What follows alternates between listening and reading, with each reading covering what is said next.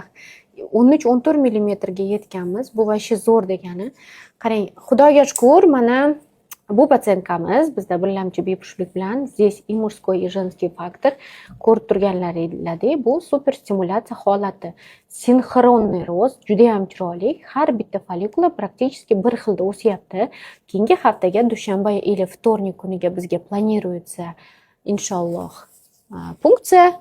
Mana ko'rib turganingizdek, stimulyatsiya bu nima deganda? Stimulyatsiya jarayonida har bitta chiqqan bu siklda chiqqan antral follikulalarni bir xil razmerga hammasini yetkazdirib, shu follikulalardan maksimalniy iloji boricha hamma tuxum hujayralarini yig'ib olish mana shu stimulyatsiya deyiladi. Super stimulyatsiyada yaxshi gormonal preparatlar ishlatiladi, чтобы yetilgan chiroyli kletkalarni olish uchun va chiroyli embrionlar paydo bo'lishi uchun.